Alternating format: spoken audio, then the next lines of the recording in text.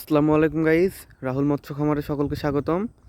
এই যে আমাদের 400 শতাংশ পুকুর, এই পুকুরটা আমরা নতুনভাবে প্রস্তুত করছি। এজন্য আমরা পুকুরে পানি সেচ দিছিলাম।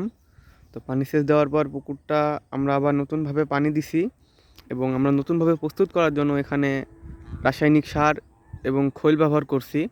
যেহেতু শীতের সময় এবং রাসায়নিক খোর এবং সার প্রয়োগ করার পর এগুলো পুকুরের নিচের স্তরে জমা হয়েছে, তাই এগুলো আমরা আবার নতুনভাবে উপরে তোলার জন্য পুকুরে মূলত হররা টেনে দিব। এই যে হররা, এই হররা আমরা একটু পরে পুকুরে টেনে দিব।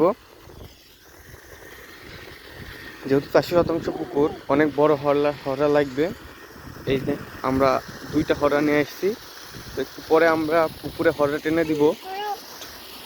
এর ফলে পুকুরের নিচের অংশে যে খাবারগুলো জমে আছে এগুলো আবার উপরে ভেসে উঠবে এবং জুপ্ল্যাঙ্কটন এবং ফাইটোপ্ল্যাঙ্কটন তৈরি হবে।